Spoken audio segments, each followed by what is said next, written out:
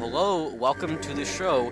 Welcome to Not Just Nintendo, a video game podcast that is primarily about Nintendo, but it's not just Nintendo. This is, of course, episode 2, the second episode, if you don't count the little introductory episode 0 pilot episode thing, which, I mean, I wouldn't probably count that. And I guess I'm the dictator around here. If I don't count it, it don't count. Uh, so, anyways, welcome. Welcome to the show. I already said that. Hello, hello. Of course, I've got a bit of a story for you guys. I started hosting this show. I put out the episode 0 episode while hosting through RSS. I don't know what that stands for, but that's the platform I was using. And, the podcast, it's in an RSS feed. So, like, RSS must be, like, the main thing. I don't know. But anyways, I was hosting through RSS, and I put out one episode, and I tried to put out the next one. I tried to put out episode 1, and RSS was like, nope, you gotta pay. And I was like, what? Apparently you only get one free episode. And I'm like, well, screw you, RSS. I'm gonna go elsewhere. So I went to Podbean, because I was like, that one's free, right? So I went to Podbean.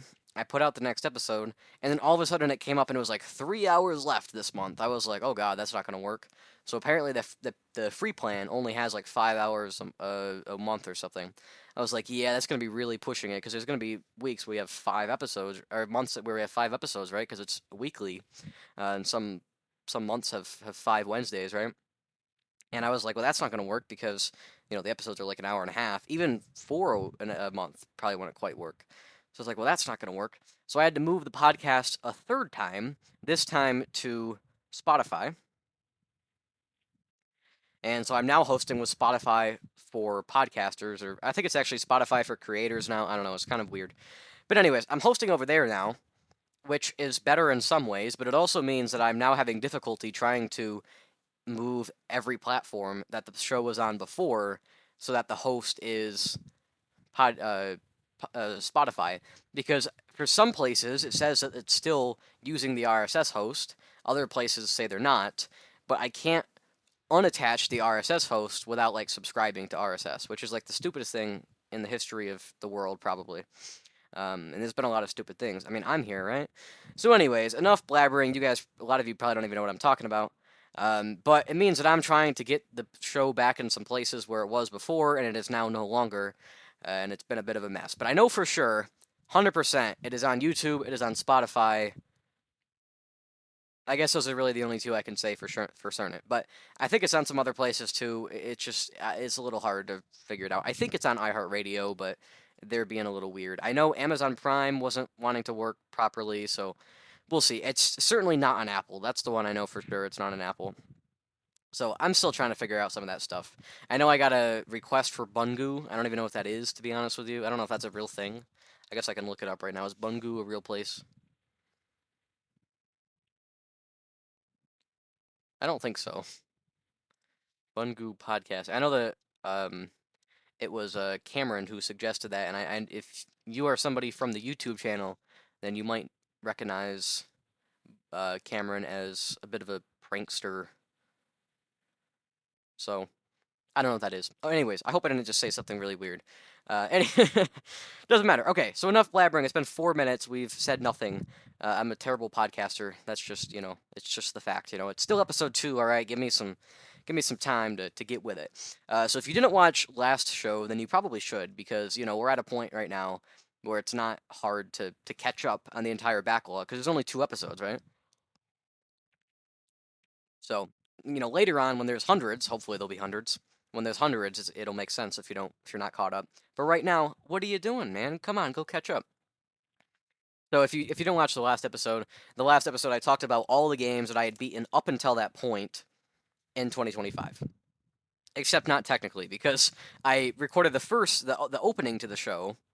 I recorded the opening to the show, and then I went and played some games before I came back and recorded the bulk of the show. And in that time, I actually beat 2 new games.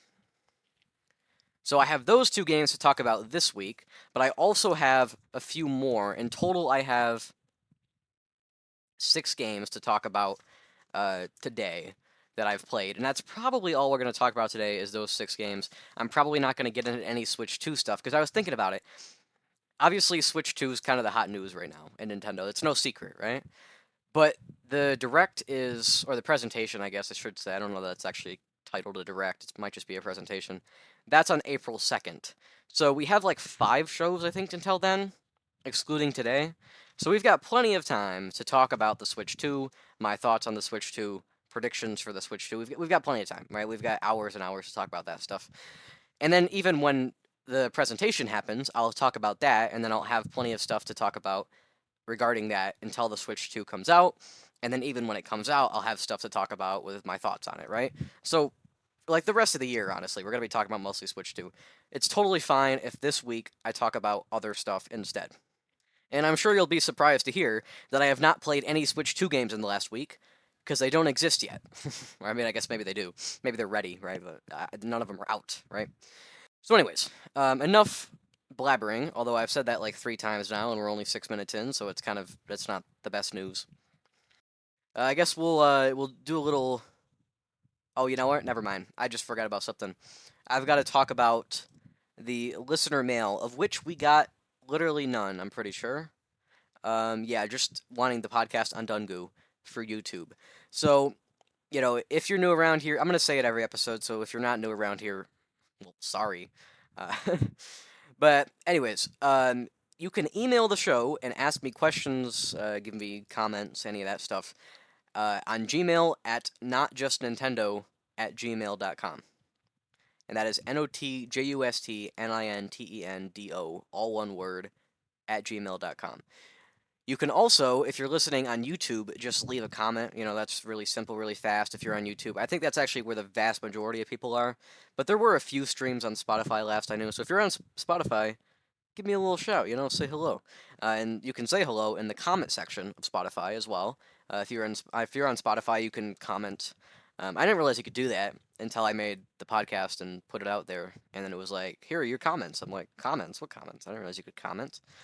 So apparently you can comment. So if you know how to do that on Spotify, go right ahead. I check those analytics frequently, so you can check that. You can comment on YouTube, and then you can email at notjustnintendo@gmail.com. If I don't have any mail, that's fine. I just won't read any, right? Because there won't be any to read. But if you'd like to leave any mail, feel free. I'll happily answer your questions or respond to your suggestions or concerns or whatever the sort. All right, well, let's roll some music, and then we'll hop right into the games I played since last show.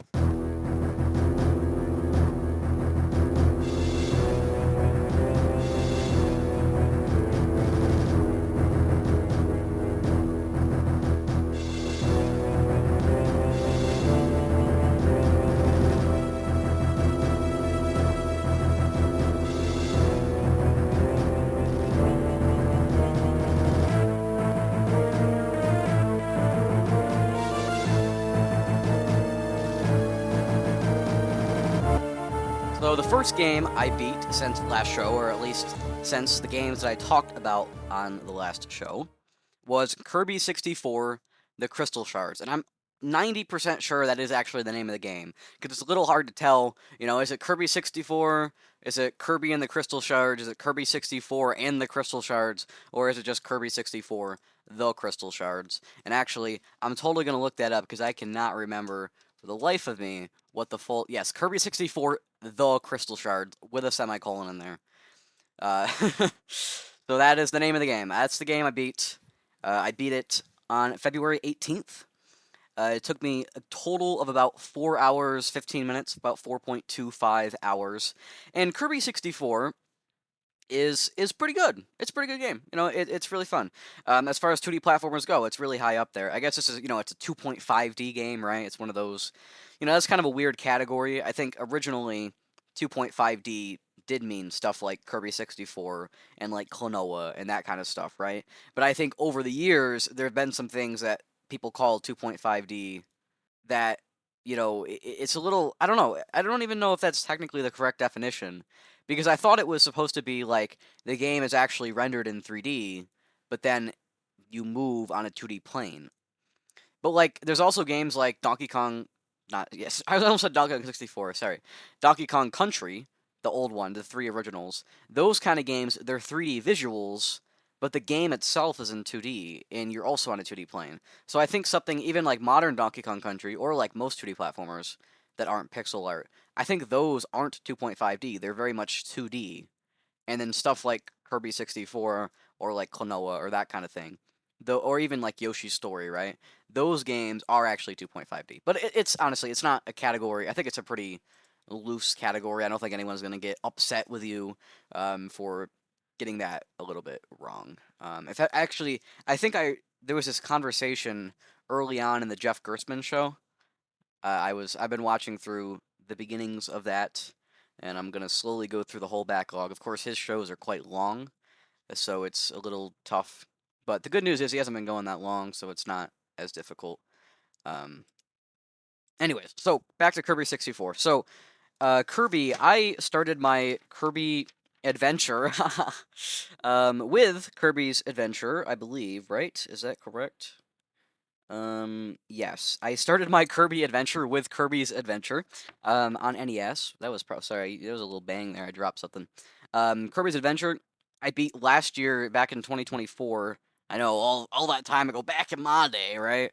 I beat it on May 8th in about 2.5 hours on NES. And I've got to say, Kirby's Adventure, man, that game is way better than it should be, considering it's an NES game. I know it's like a late NES game, right? But I think it's just honestly, I think it's in a lot of regards, it might even be one of the best. I don't want to definitively say it's the best, but it's definitely up there as far as games on the NES. Period. You know, whether they're Nintendo games, whether they're platformers, whether they're it doesn't matter. Either way, Kirby 60 or Kirby not 64, Kirby's Adventure is very high up there. And then I got on a little bit of a Kirby kick. Of course, I was playing these all on NSO. I played Kirby's Dream Land literally the next day because, of course, it's only half an hour. I'm not quite as hot on Kirby's Dream Land. Obviously, I can respect that it's the first one, but I think Kirby's Adventure is also very old and it's far better. Of course, they were working on better hardware, but I don't know. It's still an interesting thing. And then I played Kirby's Dream Land the next day after that. Kirby's Dream Land, or sorry, Dream Land 2, I should say. Dream Land 2 is definitely better than the first one by quite a bit, but it's nowhere near as good as Kirby's Adventure. And then I played Kirby's Dream Land 3 2 days later, and Kirby's Dream Land 3 is, I would say, still not as good as Kirby's Adventure, but it's the best of the Dreamland games. So I played those 4 games, and now I've played Kirby 64, the Crystal Shards, quite a few months later. I guess, what, 9 months later. Someone could have had a baby since I beat Kirby's Dream Land. That's a weird thing to say, isn't it? Between me playing Kirby's Dream Land 3 and Kirby 64, someone could have had a child. Uh, anyways, that's a weird thing to say. But yes, I've now played all of the Kirby's up until that point, I think, right? Because the Amazing Mirror came out after Kirby 64, I believe. I could be wrong. I did start the Amazing Mirror like a while ago before I was even done with Crystal Shards, and then I don't know, I kind of just got away from it. I didn't think it was all that new or different for Kirby. But yes, I've been playing through the old Kirby games. Kirby 64, it probably is my second favorite one. Actually, yeah, no, it's totally my second favorite one. I don't see a world in which this could be behind anything but Adventure, and I do think it is behind Adventure. I don't know, there's some levels and stuff that were really, really phenomenal in Kirby 64. And I've got to say, Kirby 64, man, it's a really solid platformer. I would say if I have one complaint, well, it's not even that bad, but it's kind of weird for a Kirby game. And that's that the bosses are like freaking hard, man. I don't know, maybe it's just me, maybe not everybody has this issue, but I definitely had this issue, and I'm definitely someone who's pretty good at 2D platformers. Kirby 64, man, the bosses are hard. They're hard, hard as nails. Hard as a rock, and I don't mean shale, like there was the one boss. I don't. This is much of a spoiler, right? It doesn't even matter. It's a 2D platformer without really a story. There was the lava boss, I guess you could say.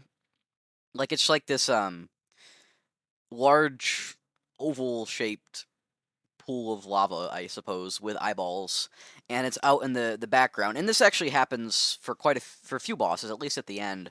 Um, there's like it's in the background, and you beat it, and then there's a second phase where it's now in the foreground on the side of the screen, or something. And sometimes it's the other way around, but there's 2 different phases. Usually, one of the phases the boss is in the foreground, one of the phases the boss is in the background. So it's an interesting concept to do it like that, I suppose. Um, Personally, I did find a few of the bosses annoying. I know I got a little stuck on the lava boss, like I was just saying. The lava boss, there's basically, I think there's 4 platforms that Kirby can stand on, and they're rather small.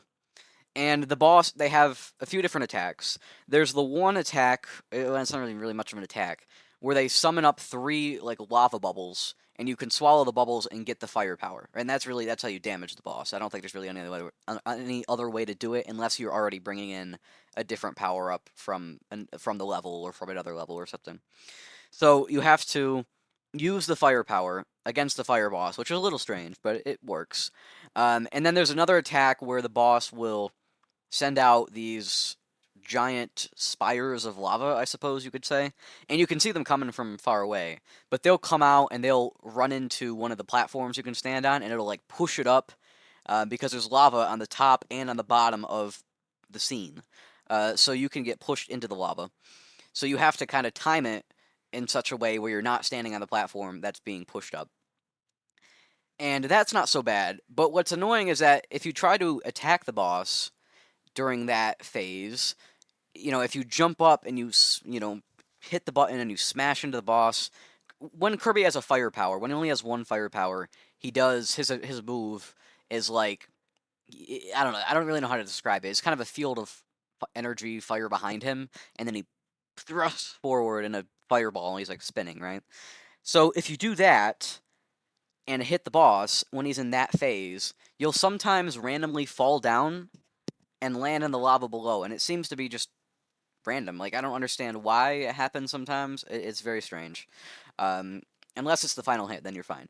So that's one of his attacks. There's another attack where he sends out just 2 spires, and they're very tall, and then they, like, fold down inwards across a platform. So you have to be away from both of those, and that's really the best place to attack them.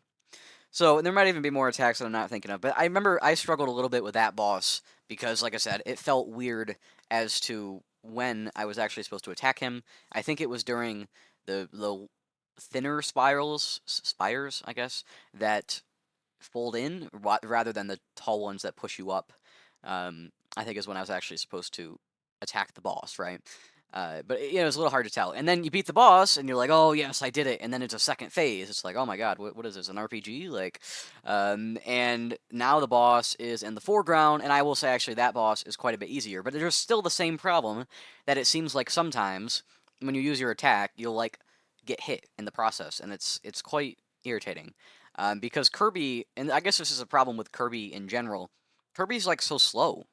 Like you might even be faster in the air than you are on land, and you feel very slow, very plodding on land. And to be like a puffball, like you're literally like so light, you would think you'd be able to move pretty fast. But I guess they're trying to incentivize you flying around more. I don't know. Whatevs. I just don't really like how Kirby feels to control. Which is partially why I don't mind at all how, Kirby is so easy, because I think the game needs to be easy to compensate for the fact that Kirby himself doesn't really feel all that great to control. And there's, definitely 2D platformers. I think I'm quite refined in my taste of 2D platformers.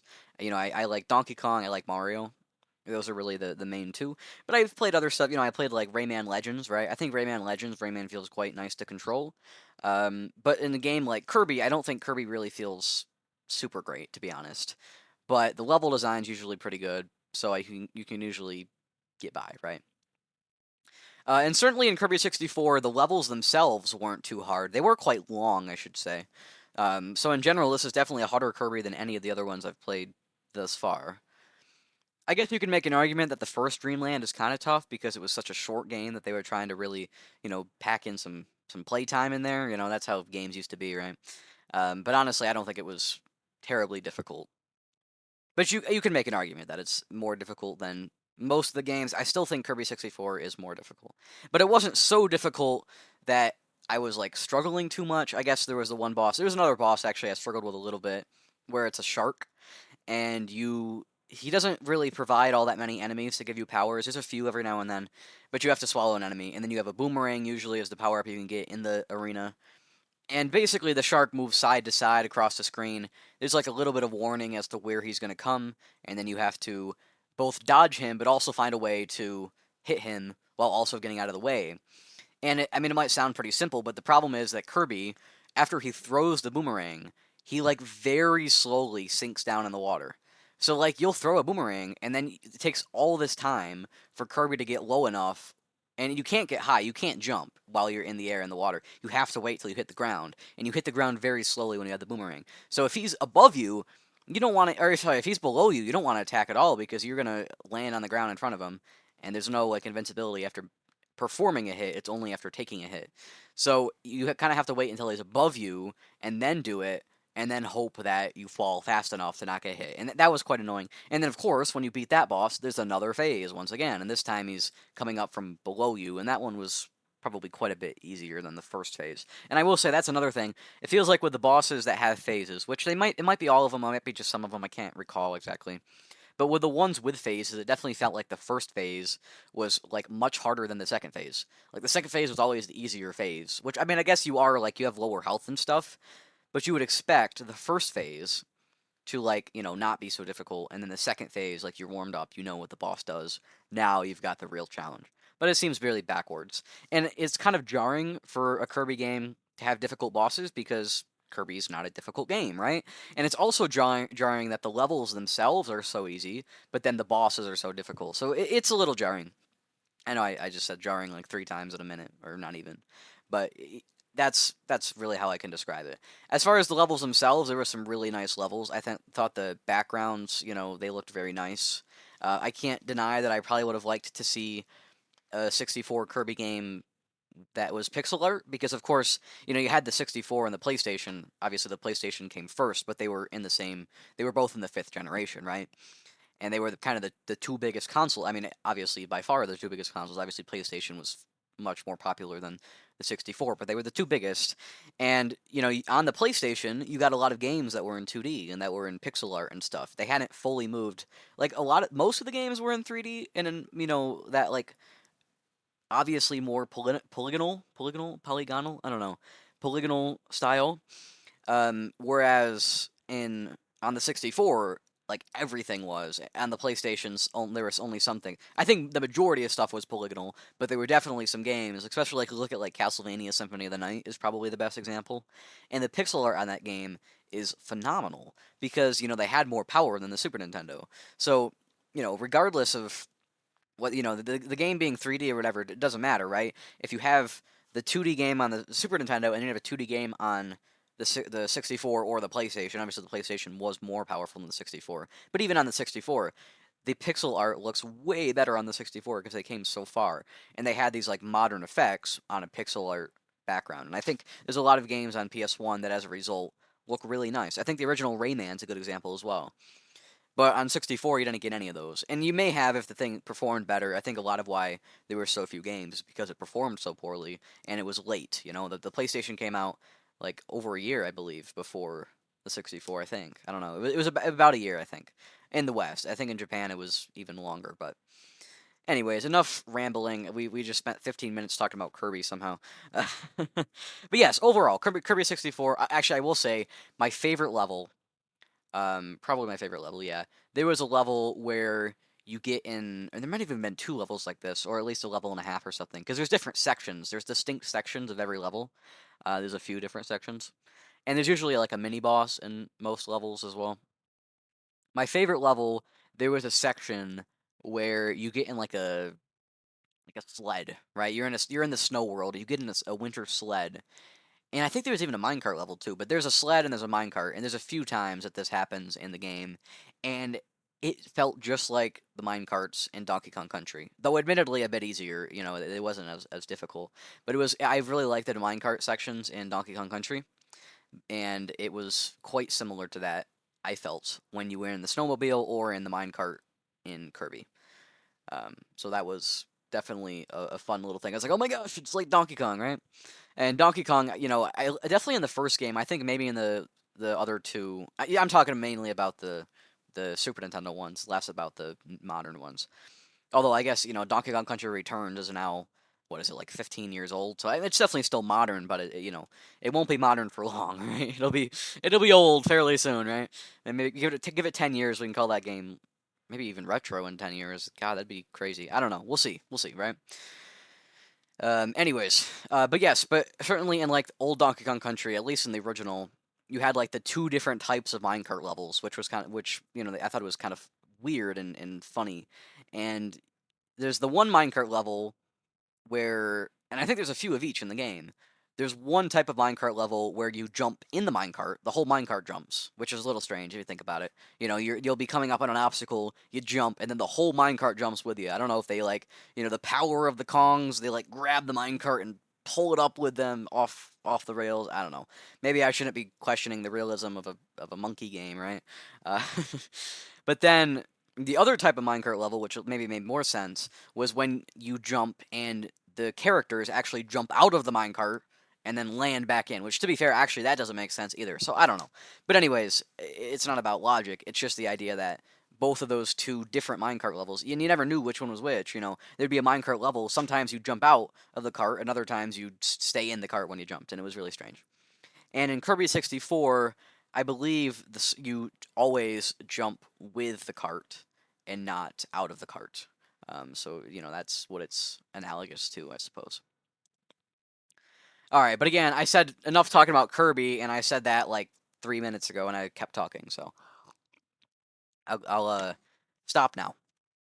So on the same day as Kirby 64, because I guess I'll go back to Kirby real quick.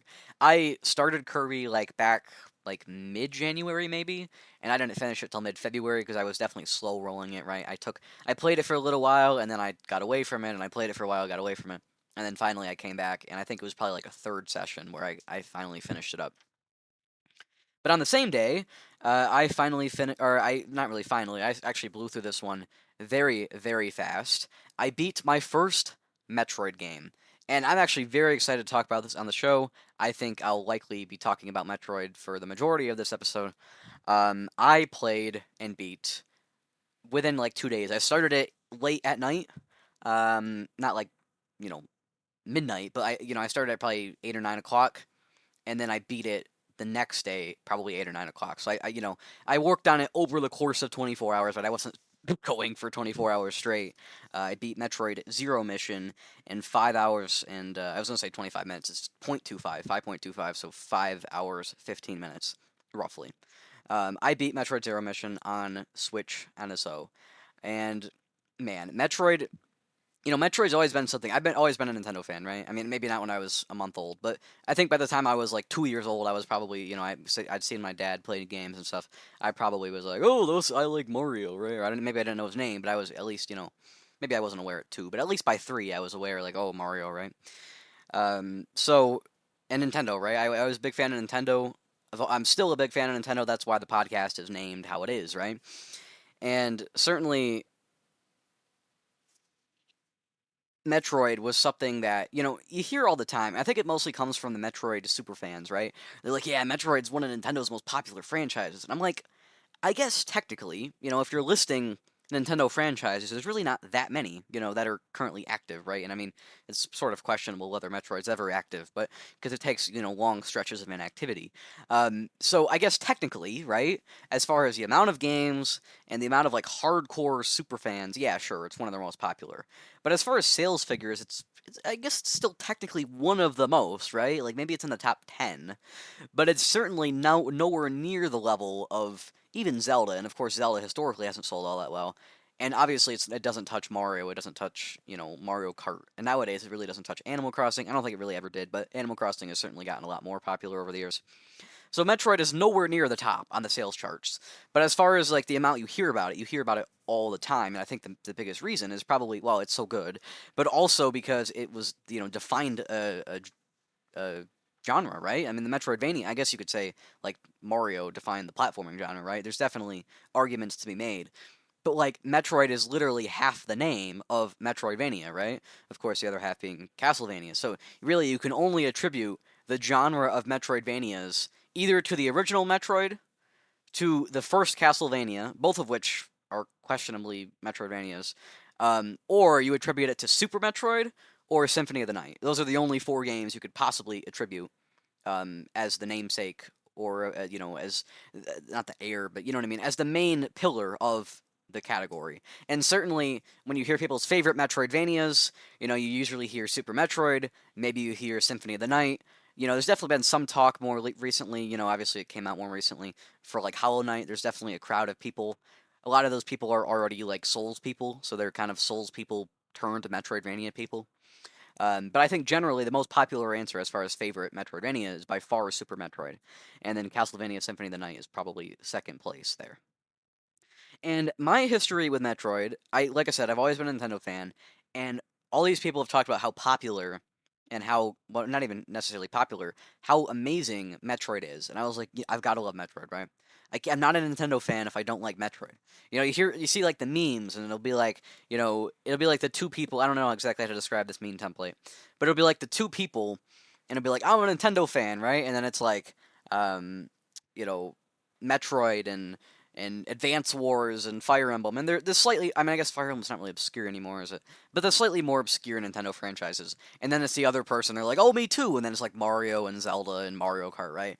And the idea is, that you're a Nintendo fan on a surface level, but then there's Nintendo fans that go much deeper and play more of the deep cuts and stuff. And I was like, I got to be a real Nintendo fan, right? I've got to play Metroid, right?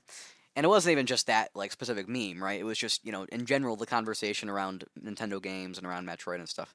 It's like I gotta love Metroid. Metroid, it's one of the best games ever. I kept telling myself this even though I hadn't played it, right?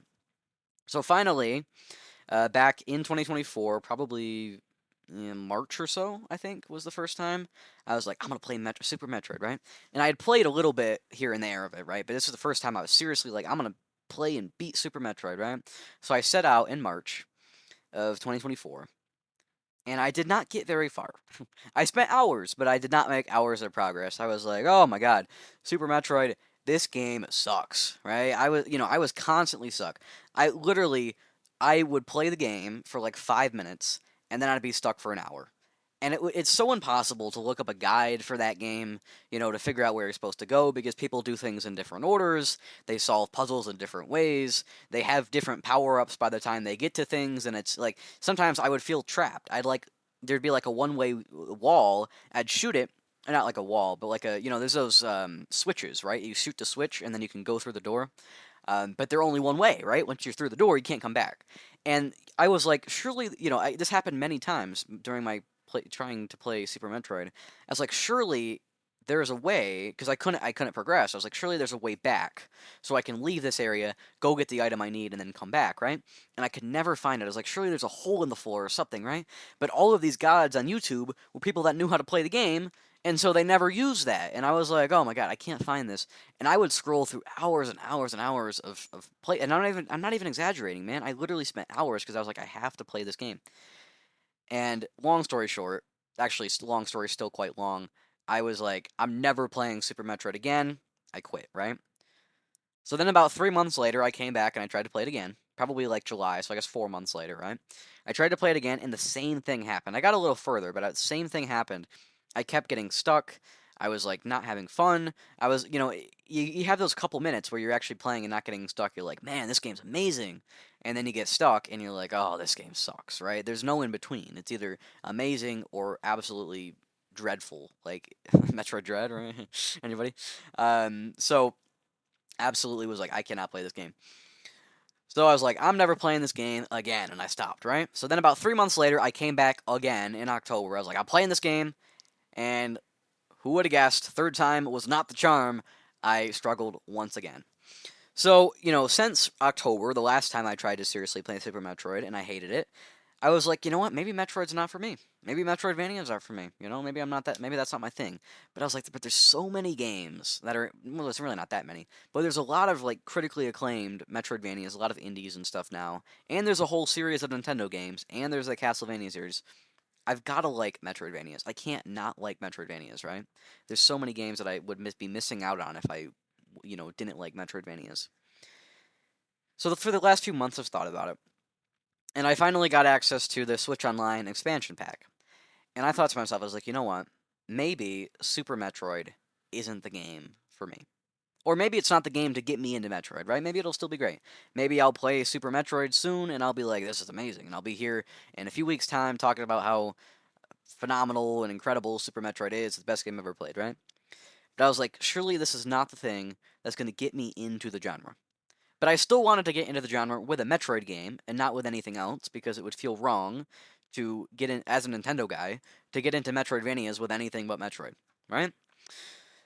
So, I sat down. This is a couple weeks ago now. It was actually not a couple weeks. It was just over 1 week actually.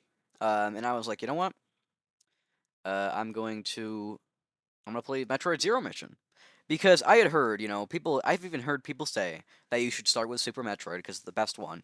And for anybody who isn't into Metroidvanias, do not start with Super Metroid. Start with Metroid Zero Mission because it's a lot more clear. You don't tend to get as stuck as much. When you get stuck, you're not as stuck, and you don't get stuck as often. And I think it truly is a lot more streamlined, even if Super Metroid's better. That's fine, right? Super Metroid's maybe too open as your first Metroidvania, whereas Metroid Zero Mission was great. And I'll say that again. Metroid Zero Mission is great. The game is phenomenal, right? I'm like I have finally I've been awoken as a Metroid fan. All right, welcome me into the fandom. Although I don't think anybody's gonna be very welcoming after me complaining about Super Metroid. But I promise I'll play that game and I'll like it probably. Just it wasn't gonna be a good first Metroidvania. And Metroid Zero Mission, man, it's great. I'm almost thinking maybe I should um, go off and play all the Metroid games and then come through and talk about every single one with like spoilers, talk about the story because the story is like surprisingly interesting. I thought it was gonna be pretty not interesting, but it's surprisingly interesting. And Metroid Zero Mission, there's that whole part after the game that they added. Essentially, it's after the game, right? It's still part of the game, but they added it from the original game because I don't know. There might be somebody who doesn't know. Metroid Zero Mission is a remake of the original Metroid for NES, but I'd almost say it's a reimagining, right? Like it's very different. There's a lot of improvements, a lot of changes, a lot of additions, even to the story, right? Like there's a whole key section of the game after you like seemingly beat the game that's added to Zero Mission before you actually beat the game, right? Because in NES Metroid, it ends a little bit more abruptly, but in Zero Mission, it's much more fleshed out.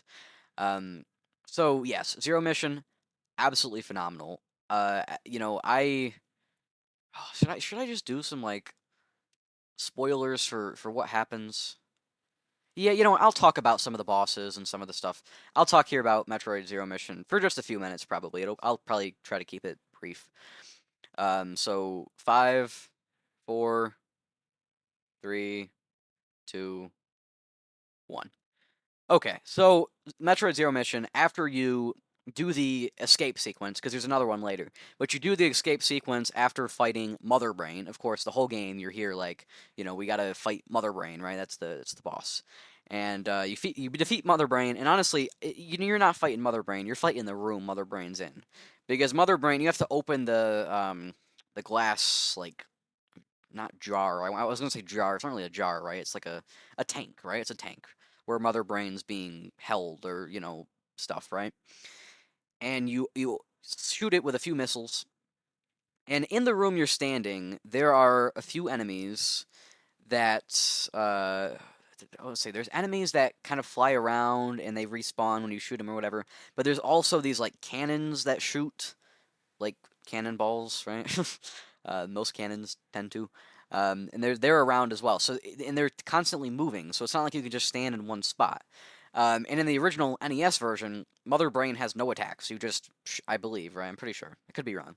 I'm pretty sure she has no attacks, or I don't know if it's really. I guess it's Mother Brain, right? Mother she. Anyways, um, and you just shoot it with missiles. You dodge out of the way of the stuff in the room, and then you come back and you shoot some more missiles, dodge and shoot some more missiles, rinse and repeat until you're done.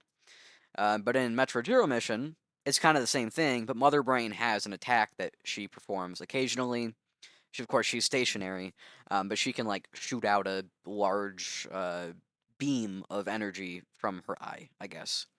Um, and that can also add to the chaos. And the Mother Brain boss fight very much chaotic. So that was the final boss of the original game. In Metroid Zero Mission, after that, you leave the planet. You have the escape sequence. You leave the planet on your ship, and then you get shot down, or you get like I think you get shot down, and then you have to infiltrate Now, without your Metroid suit, or your power suit, I should say, without your suit, you have to infiltrate the like facility. I don't even actually know what it is. It's like, I don't know. It's some sort of like castle or something. Maybe it's the Chozo ruins. I don't know. I'm not the best guy to ask about Metroid lore, but anyways, you have to infiltrate the place, and you have to do so like stealthily. And it was actually really cool. And you're missing all your abilities, or at least most of them. You have a stun gun instead of an actual arm cannon. Like, it's very interesting. And there's these Metroids around that you absolutely cannot kill. You have to stun them, and they don't stay stunned for long. And you have to like sneak around them and get your way back to your suit, which is pretty cool. And then there's a couple more upgrades, or maybe there's just one or something. There's more upgrades, and then you beat Mecha or Neo Ridley, maybe. I don't know. I think it's Mecha Ridley. There's another Ridley. Yeah, it's Mecha Ridley. Um, you fight Ridley again as a mech, and honestly, Mecha Ridley is like very easy. At least for the point in the game that he's at. But I still thought he was an interesting boss fight. And then after Mecha Ridley, you have another boss fight, or sorry, another escape sequence, not a boss fight. You have another escape sequence, and then you actually beat the game. And I was a little skeptical. I'm like, did I actually beat it, or is there more?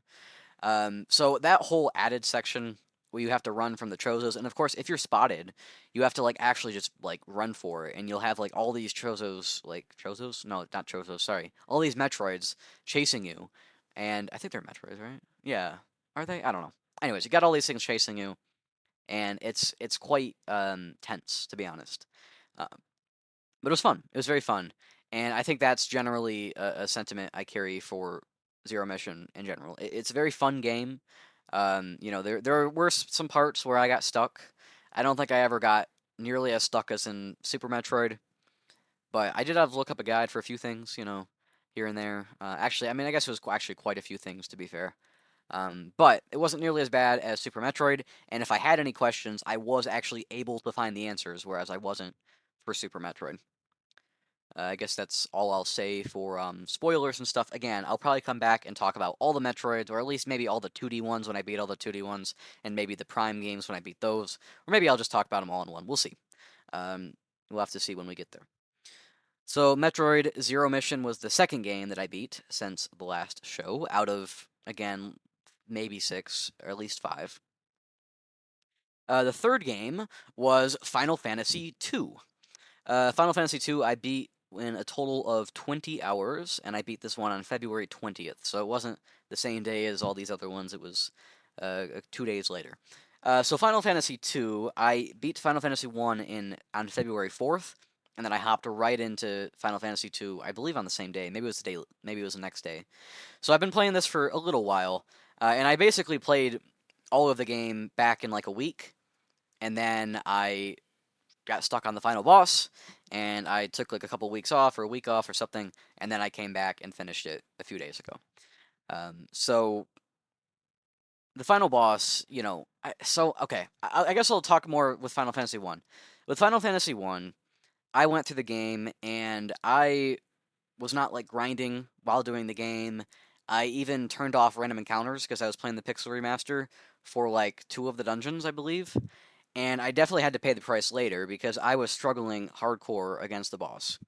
And I had to go away and grind in the final dungeon, which honestly, it really didn't take very long. It was like 45 minutes, and I came back and was able to beat him. In Final Fantasy II, I made a similar mistake. I didn't turn off random encounters or anything. But what I did do is I didn't level up my spells. So in Final Fantasy II, you have a garbage leveling system, to be honest. The leveling system in Final Fantasy 1 is fine. It's a normal RPG leveling system. Of course, Final Fantasy, one of the earlier RPGs. Really, I guess Ultima is arguably the first, and then Dragon Warrior or Dragon Quest, right? But then you had Final Fantasy was kind of the next one, I believe, unless I'm mistaken. But it was very early, right? And it's a very standard RPG leveling system. But Final Fantasy II had to like take all that and just chuck it out the window, like just absolutely just hurl that thing like 100 feet, right? Because you no longer have levels at all. There's no such thing as a character level anymore. Instead, you level up individual stats, and you can level up like your arms. Like you can dual wield weapons, and you can level up your right arm and your left arm independently. and it's based on how much you use that arm in the battle, which is a little strange. You can also level up the weapons themselves, and you can level up like your evasion just by I don't know, happening to dodge an attack. You can level up your HP by getting hit a lot. It's a very strange system. It's honestly, it's garbage. It's a bad system. It's not a good system because the spells take ages to level up. And so I went through the whole game, and I started at the beginning. I was like, I want to use some of these spells and stuff, but the spells are so horrible in the early game. They do like no damage compared to your basic attacks that I was like, you know what? I'm just going to use basic attacks. So I went through the whole game using almost exclusively basic attacks. So I got to the final boss, and I have all these like level 1, level 2 spells, and I was like struggling like crazy. I was like, oh my gosh, I cannot beat this. So I had to go back, and I kid you not, I spent no less than like 6.5 hours grinding to level up my spells. Now, how long to beat says this game was supposed to take 21 hours. I got to the final dungeon in like 14. So that other 6.5 got me pretty close to the actual amount that how long to beat suggested. So really, it was just that I should have been leveling up my spells throughout the game, and I didn't. But if you're ever going to play this game, level up your spells, man. Even though they suck, you got to level them up because otherwise you'll end up in the same position that I was in, where you just can't do enough damage against the boss. You can't heal enough against the boss. And that's the thing. Like, what kills me, and it was the same problem I had with Final Fantasy One, because in general I liked these games quite a lot, right? But I had the same problem with both Final Fantasy One and Final Fantasy Two, and that's that I like breezed through almost the entire game, right? It was like so easy, you know, barely an inconvenience. This is a Ryan George reference. Anyways, it was super easy, right? Every boss I was killing. I think I only got like a couple, maybe one or two, um, total party like everybody dies, right? I think it only happened once or twice over both games, probably. I think it might have happened like once in each game until the final boss, right? Then I got quite a few. So Final Fantasy 1 and 2, even though I wasn't doing as much as I was supposed to, I was beating the bosses like they were nothing, like they were chumps. It was super easy. I guess Final Fantasy 2 is a little easier than 1. But then you get to the final boss, and all of a sudden you're just getting absolutely mutilated. And so if I was struggling through the game, and then the final boss mutilated me, I would understand. I'd be like, you know what? Yeah, makes sense. I got a little overconfident. I probably should have done a little more. I could understand that. But that's not what's happening here, because I got through the rest of the game so easily until the final boss. I'm like, dang it. And that's what frustrates me, because that is frustrating, right? If you're not having any difficulty in the game until the final boss, then it feels like they're just arbitrarily pumping up the boss's stats just to make you waste time grinding. And I guess really that is what they were doing, right? But it's very frustrating because you don't have to do that for the whole game. You only have to do it right at the end when you want to be done because you've been playing this game for 20 hours. You liked it, right? But now you lose all of the story stuff that was driving you through, all that stuff. It's gone because now you're just here grinding for a boss. And it's very frustrating. And I imagine that problem will persist through the original 6 Final Fantasy games. But oh well. At the end of the day, Final Fantasy 2, I think overall is quite the improvement on Final Fantasy 1. Final Fantasy 1, the story is like not there. And honestly, like I said, I've talked about it before. I don't really need story in my video games. But for an RPG, I mean, it does help, right? It's you kind of want it, right? There's some exceptions. Like I don't mind when it's not there in the Mario RPGs. And to be fair, the story in the Mario RPGs is there. It's just not anything too spectacular. Um, so but the Final Fantasy One, they're just like, oh, here's 4 crystals: the earth, the fire, the water, and the air crystals, and you've got to go gather them. Like I'm like, oh, okay. And then what? I fight some mystical being in a castle. Yep, I do. Okay, well, sure. And I guess you can't really judge Final Fantasy because, like I said, it was one of the first RPGs. So, really, the stuff later on was copying it, not the other way around. But it does feel a little like, okay, come on, people, like, what is this? Really? Like, I mean, come on. Final Fantasy 2 is a lot better. You have, your party switches out a little bit throughout the game. You have, like, actual storylines to follow. There's interesting things that happen. I want to say there's, like, reveals or anything, but it's certainly for considerably more interesting and more engaging than Final Fantasy 1 in a lot of ways. And mechanically as well, I think it's stronger, except for the leveling system. That's the one thing that Final Fantasy 1 beats 2 on. And overall, I do think 2 is still better than 1, but it could like completely blow 1 out of the water if it weren't for its leveling system. And they wouldn't even have to do anything. They could have just put in the Final Fantasy 1 leveling system and I'd have been happy. But instead, they came up with this garbage, weird, independent stat system or whatever, and you got to deal with it, and it sucks. And I guess that's enough complaining about Final Fantasy 2 because it was a really good game. I've got to admit, it was a good game. All right, so the next game that I beat is since the last episode, and of course I beat a lot of games here. I don't always. I'm probably not going to always have this many games to talk about. I had a time off school. I think I mentioned this in the opening segment, but I'm not recording these at the same time, so I can't remember off the top of my head. I'm not gonna. These aren't gonna always. I'm not gonna have this many games generally, probably to talk about. I might have quite a few. Not always gonna have this many. But this time I do because I had time off school. And it works out well because I really didn't want to talk about Switch 2 stuff because we still got a lot of time to talk about Switch 2 stuff. So it was really good to have all these games to talk about. And the next one of those games is, drumroll please. Are you drumrolling? You better be drumrolling. If you're not drumrolling, then I don't know, you should be. Anyways, the next of these games is Metroid Fusion. So of course I beat Metroid Zero Mission on the 18th, and then I immediately, literally the next like 5 minutes later, I started at Metroid Fusion. And I started that, and I beat that in just a couple days. And after Metroid Fusion, I realized, oh, maybe I shouldn't go blitz through all the 2D Metroids because there's only 5. And I beat 2 of them within 4 days. Or 4 days? No, 2 days. Within 2 days, 3 days, I beat 2 of them. I was like, maybe I shouldn't be doing that. So, yeah, I beat Metroid Fusion. Metroid Fusion, I don't know if I've come prepared to definitively say whether I prefer Fusion or Zero Mission. And I think most people would prefer Zero Mission. Fusion is also phenomenal in a lot of ways. It's interesting. I talked about in Zero Mission. Oh, man, should I spoil stuff? I'll not do spoilers for Fusion, and then I'll do them afterwards.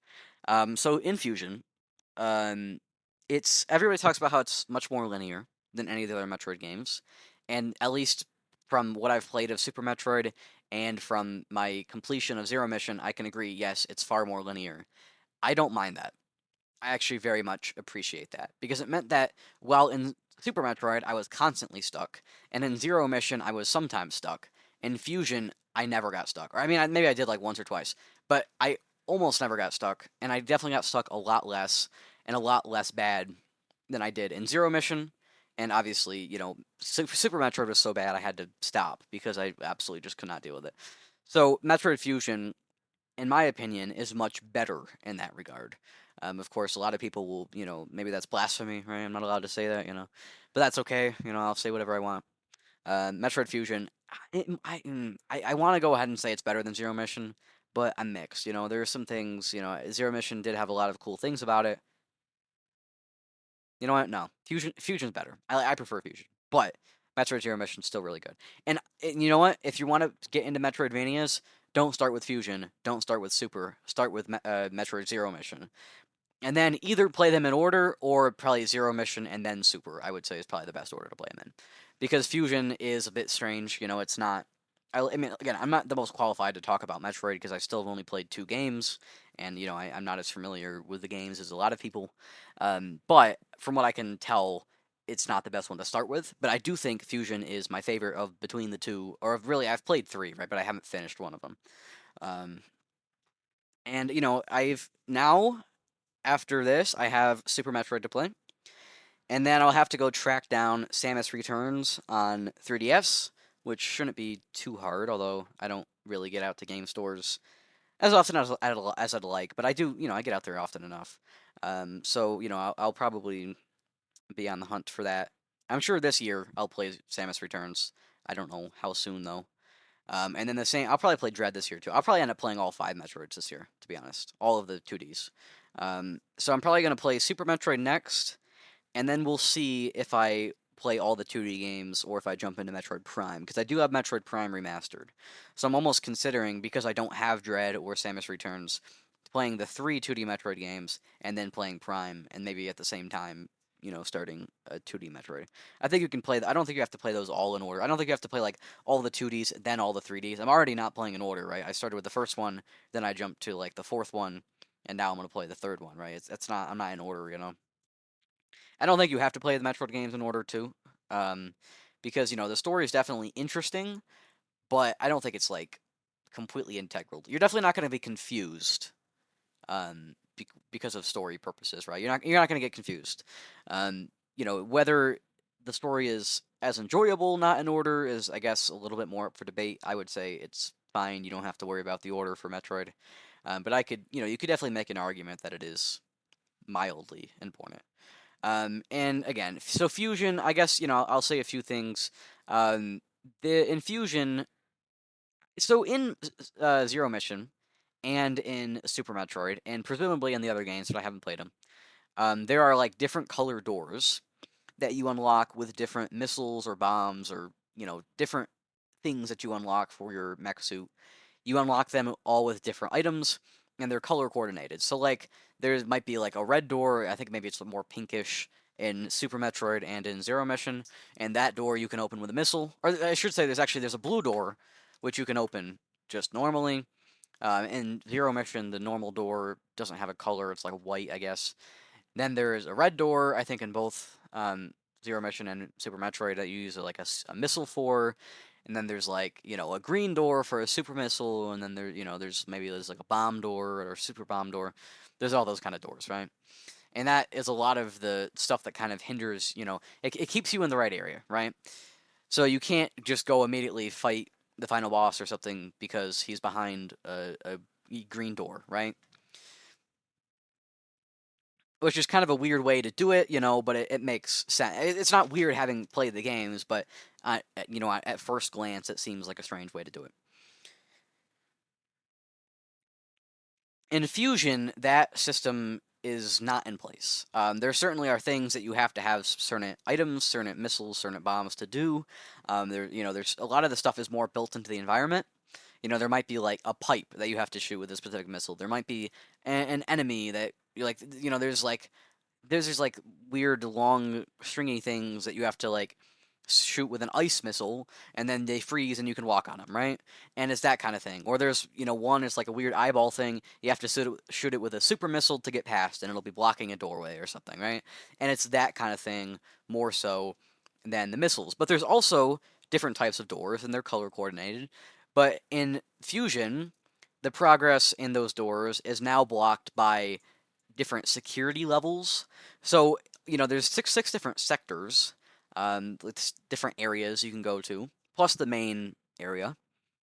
And you generally have to go to them in a specific order. And you get to the sectors, and oftentimes you're in the sector to gain an ability or gain a type of missile or something.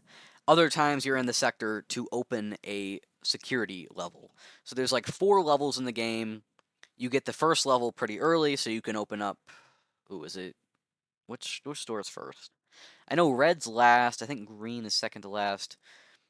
And then there's like a blue and another color. I don't know. Anyways, there's 4 levels. It's like something something green and red. I think it's something blue, green, and red. And once you unlock the first level, you can now open any door that's a certain color. Then you open the second level, you can open any door that's blue. You open the third level, any door that's green. Fourth level, any door that's red. And certainly the fourth level you get very late in the game. And then they're spaced out well throughout the game. And those are the kind of things that hinder progress more in Zero, or not in Zero Mission, in Fusion. Are these security level doors more so than the like missile doors like in the other games, or in some of the other games. I don't know if it's all of them or if it's just some of them. And I'm not sure that I like that better or worse. I don't think it. I think it's fine. It's a competent system. It doesn't really make a whole lot of difference to me. Um, but the reason I preferred Fusion is because I wasn't as confused playing it, and also I just think the power-ups you get are maybe a little bit more interesting. Obviously, they're very similar, but there's a couple minor differences. I think they're more interesting. And I was very interested in the story and the weird, almost like reveals and stuff that happen in Fusion. Not that they're anything like crazy groundbreaking, but I think they're more interesting than in Zero Mission. The one thing with Zero Mission, though, it is really cool, that final sequence that I talked about um, earlier in the like little spoiler section.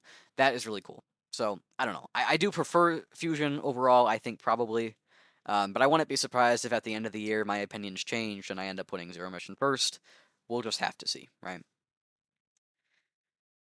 So as far as like some light spoilers for Fusion, I guess I don't really have much to say about the story, but certainly how in Metroid Zero Mission there were that like stealthy segment. In Fusion, there is also a, I guess it's stealthy kind of element where there's the SAX, which is like a copy of Samus, I suppose, and you're not supposed you have to like run from it if it shows up. It doesn't show up all that often, to be fair, which honestly if it did it would probably not be good because then you wouldn't be able to progress and you would expect it to come up. But it comes up well enough or often enough in the game that it is like really a wake up call, like, oh shoot, I'm getting chased. It's one of those things. And there's also things where you can sometimes avoid getting chased depending on what route you take to get to different things, and it's interesting. Sometimes if the SAX comes, you can get away from it, and you can get away from it very quickly. But if you go in a certain door, now you're on the chase again, and it takes much longer to get away from it. So it's interesting how it works like that.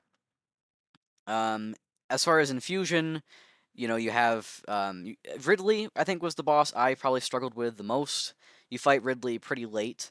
And earlier on in the game, like throughout a lot of the game, you can go into a section, an area, um, that is like a freezer. It's like what is it, subarctic containment or something. And in there they have Ridley. So like you defeated Ridley, and then they put Ridley in the containment thing.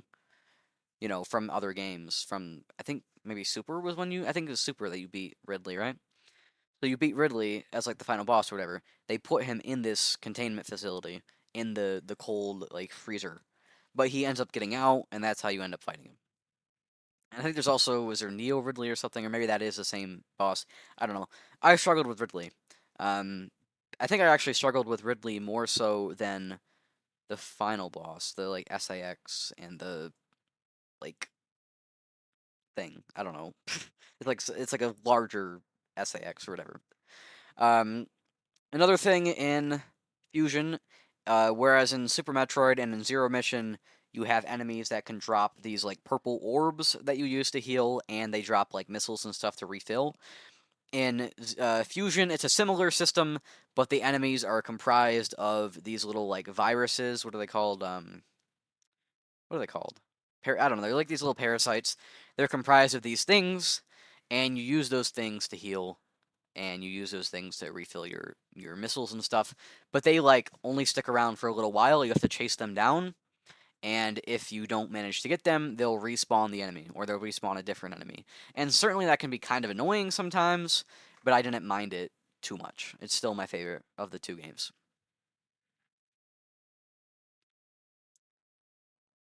So the final game or final two games, depending on how you count it, that I beat since last week were The Last of Us Part 1 and The Last of Us Left Behind. So of course, The Last of Us Left Behind originally, so I should start. The Last of Us Part 1, it wasn't called Part 1 when it came out. The Last of Us came out on PS3 originally in 2013, if I'm not mistaken, and then they did a remastered, with air quotes, version on PS4 only a year later, which was really their way of having a cross-gen release without marketing it as such, and instead marketing it as a full-blown remaster of the game. But on the PS3 and I believe on the PS4 store, they put out Left Behind as like sort of a expansion, I guess, but it's not like DLC because it was purchasable standalone.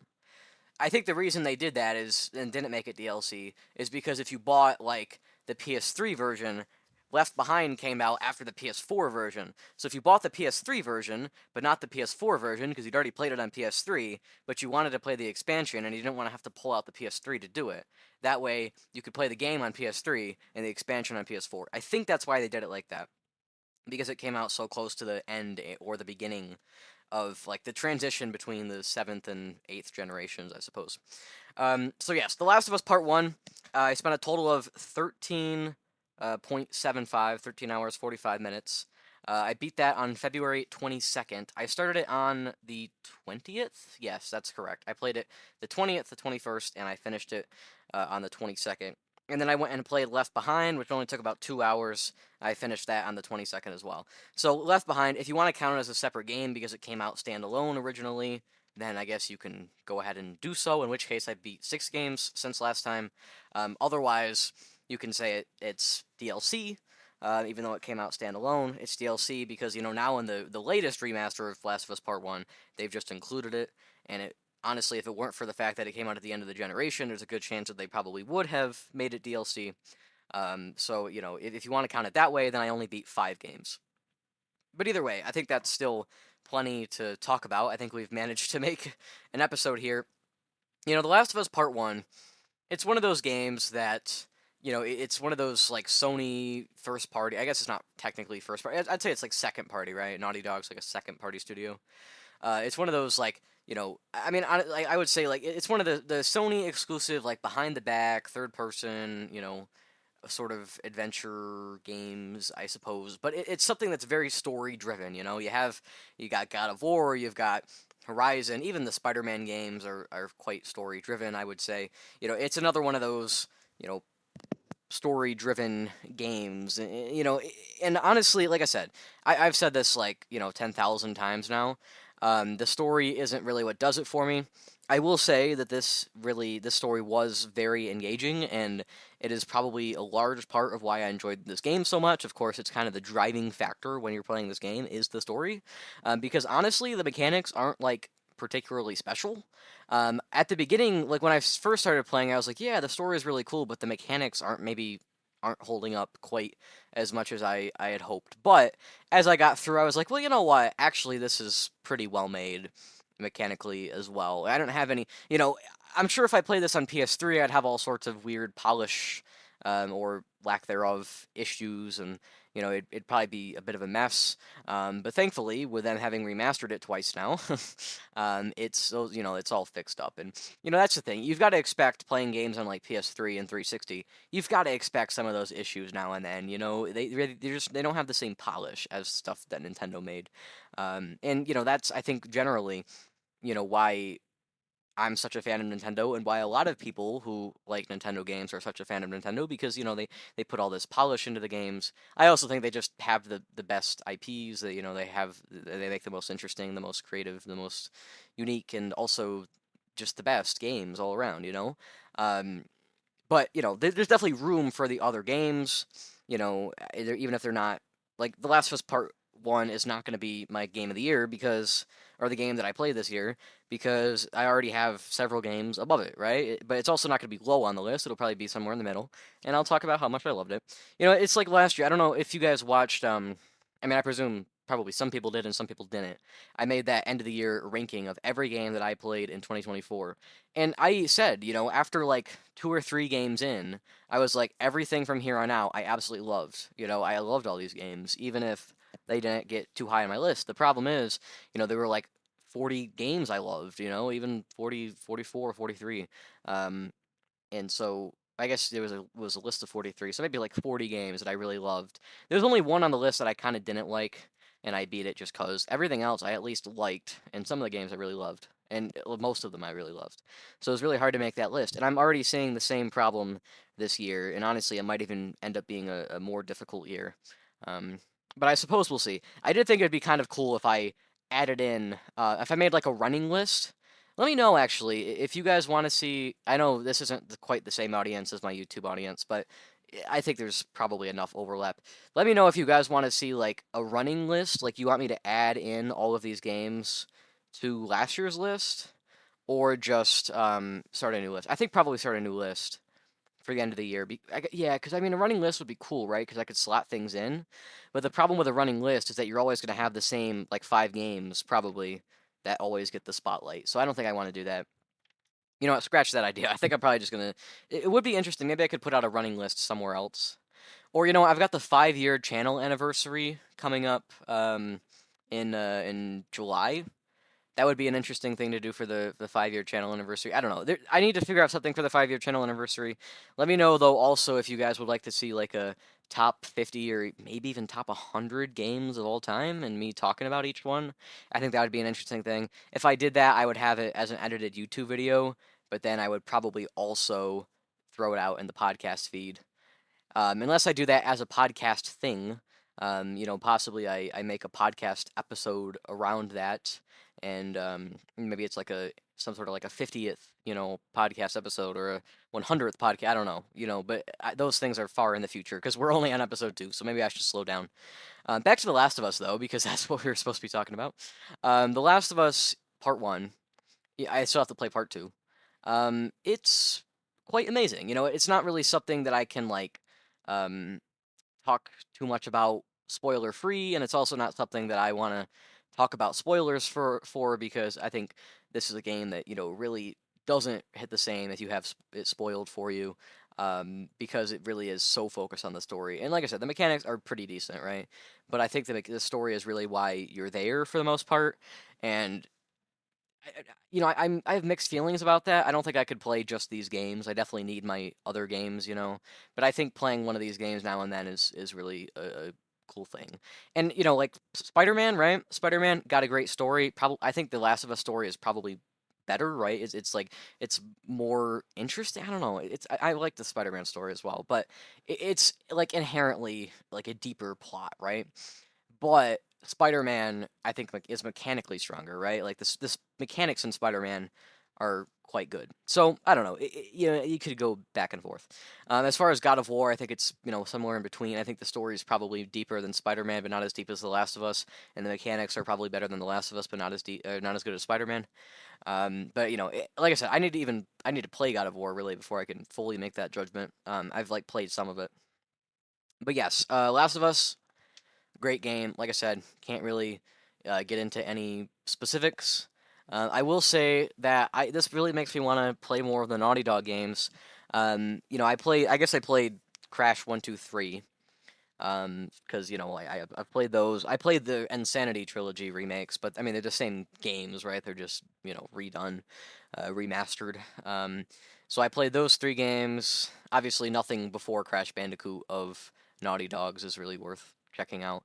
I guess I could play the Jack and Daxter games. That'd be a fun thing to do at some point. And then Uncharted. I started playing Uncharted, the first game. What is it? Drake's Fortune? Drake's Fortune? I think it's on my desk here. Yeah, Drake's Fortune. I was correct. I usually am. I'm kidding. Anyways, I started playing that, and it just didn't feel well polished, well made on PS3. It just didn't feel like it was rushed out the door, and that's just how most games were on PS3, if I'm being blunt about it. And it's kind of sad, I got a PS3, I'm like, yeah, I got all these, games and stuff I want to play, but I start playing them, I'm like, yeah, this is just not well designed. Like Wii games, I don't have that problem generally. There's definitely some stinkers, right?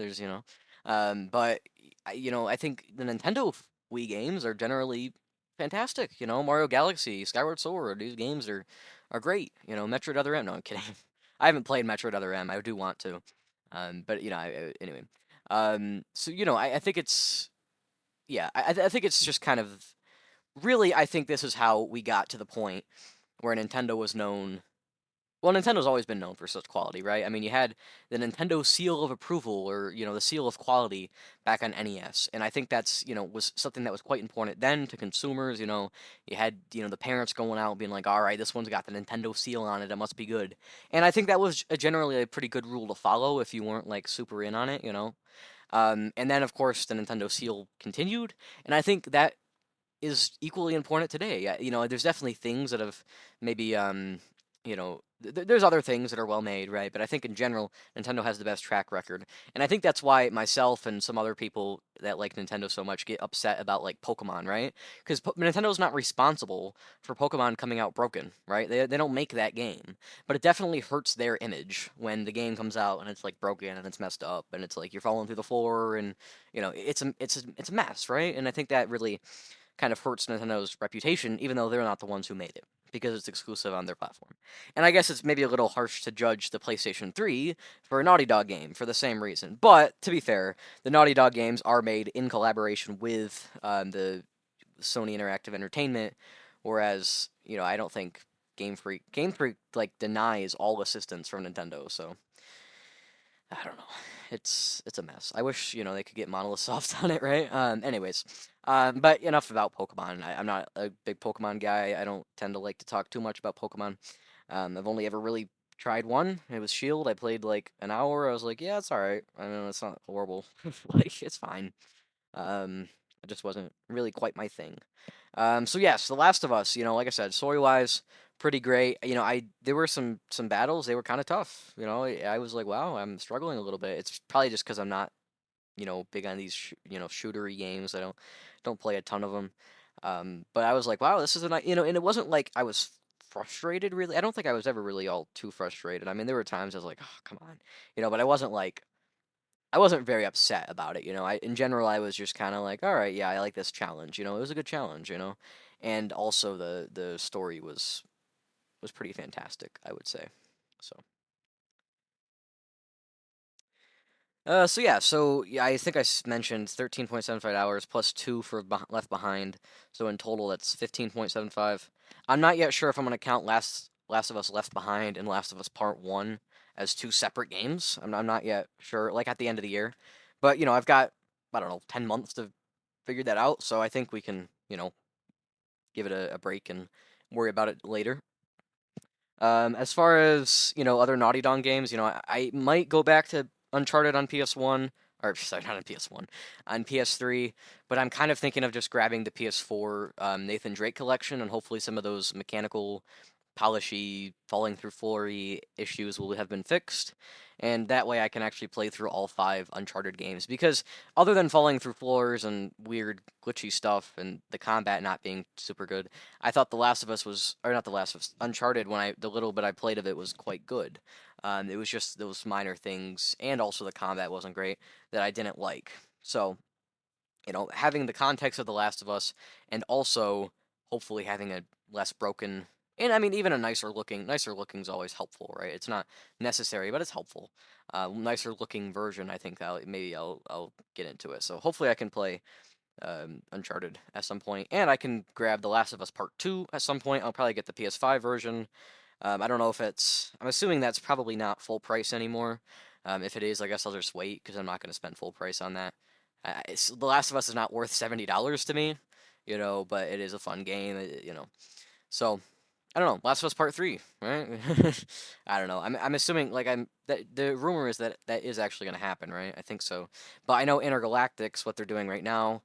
Though I think the Naughty Dog has been on like 2 teams as of recent times, So maybe they're working on The Last of Us Part 3. I know like the first time they split into 2 teams was for Uncharted 3 and The Last of Us. And that's why they were able to get those games out only like 2 years from each other instead of like the normal 4 or so.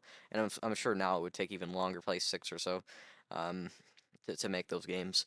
So who knows? Maybe they can. And of course, Uncharted 3 was much faster to make, even with half the team size, than the other 2 Uncharted games, because they had already made all the mechanics and stuff. They just had to like, make a new story and a few new areas and stuff.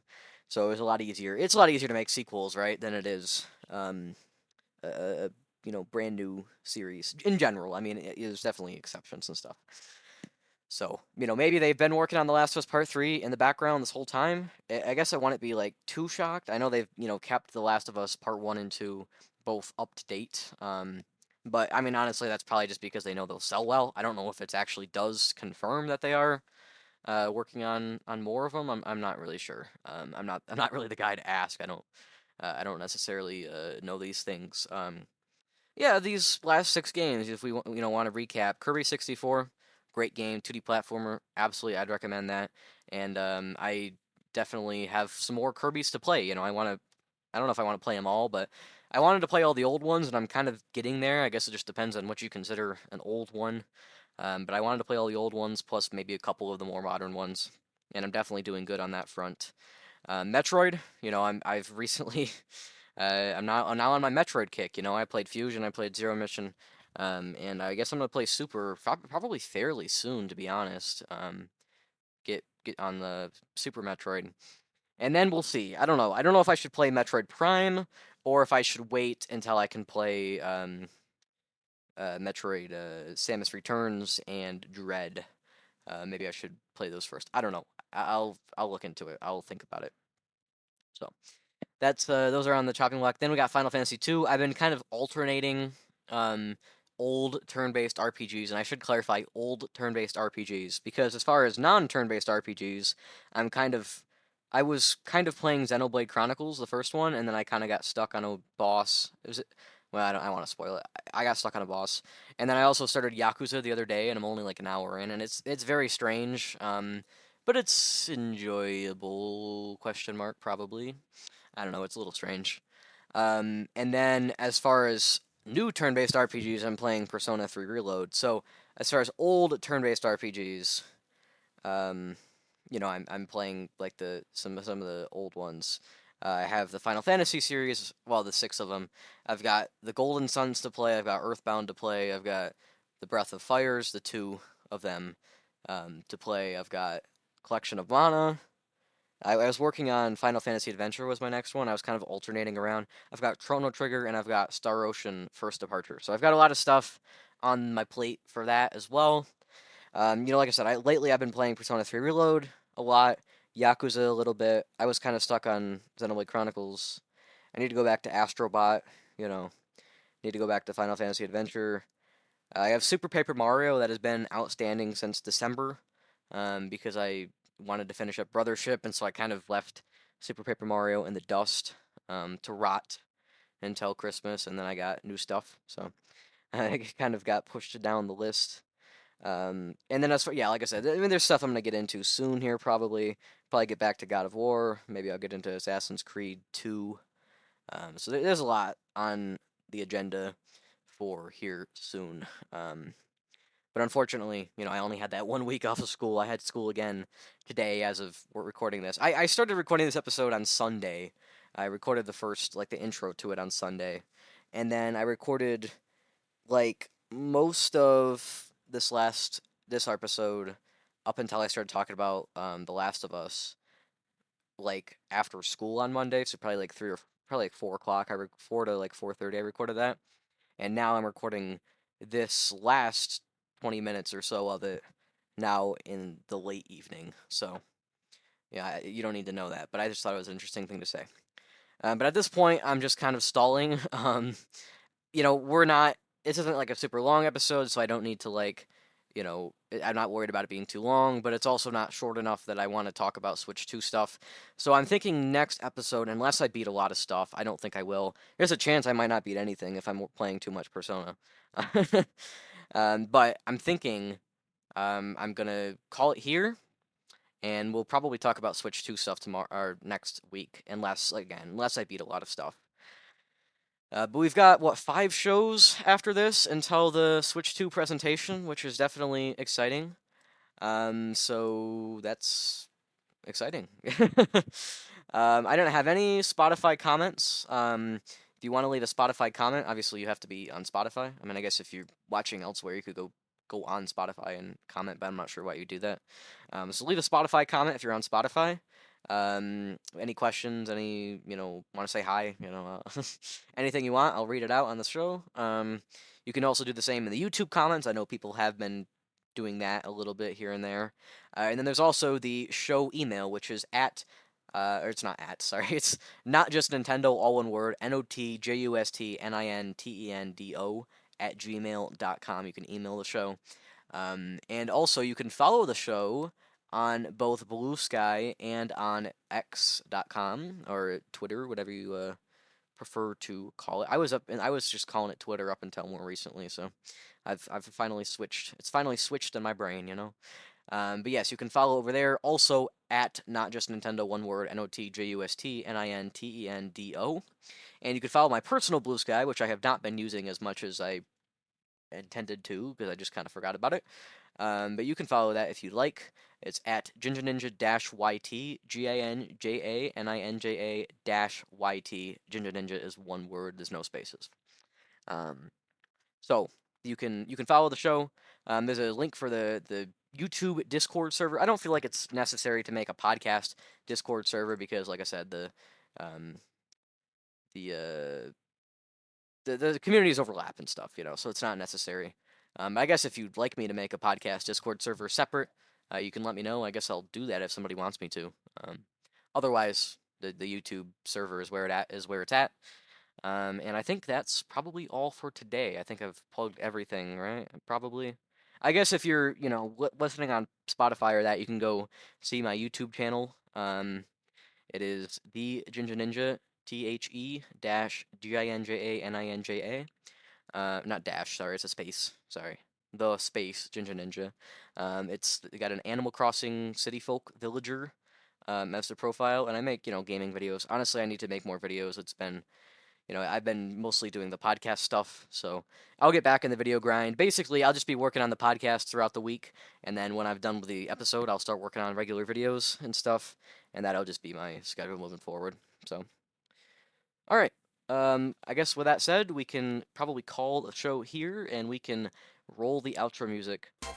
See you all for episode 3 next week. 5 weeks until Switch 2, the presentation. So that's gonna be very exciting. I guess I'll see you all next week.